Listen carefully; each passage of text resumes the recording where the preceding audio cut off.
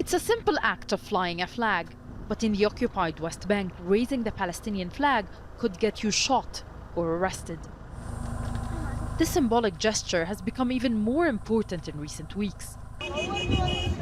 The town of HUWWARA in the north of the West Bank has become a battleground, and the fight here is all about the flag.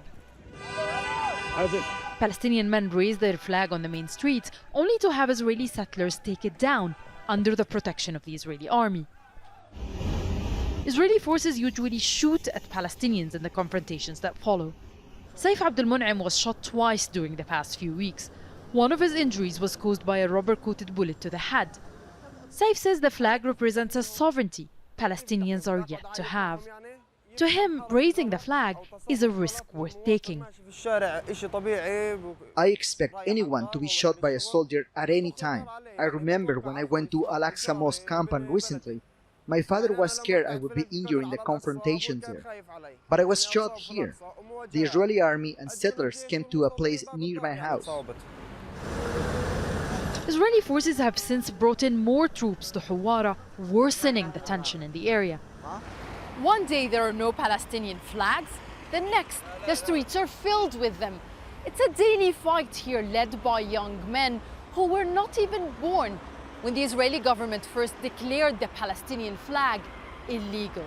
After the Oslo Accords of the early 1990s between the Palestine Liberation Organization and Israel, the ban on the Palestinian flag was lifted. But on the ground, it's becoming much harder to express any type of support for the Palestinian cause. A 3-year-old was recently forced to take off his shirt because it had a picture of a rifle. QABAHA was crossing this Israeli military checkpoint when soldiers stopped him.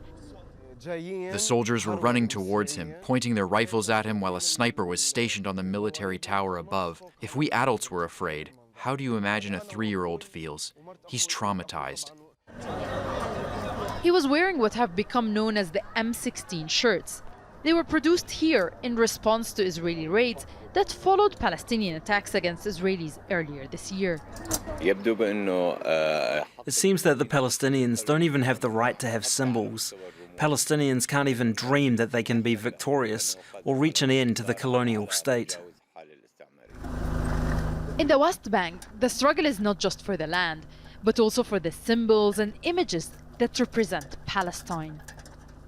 NIDA Ibrahim, Al Jazeera, the occupied West Bank.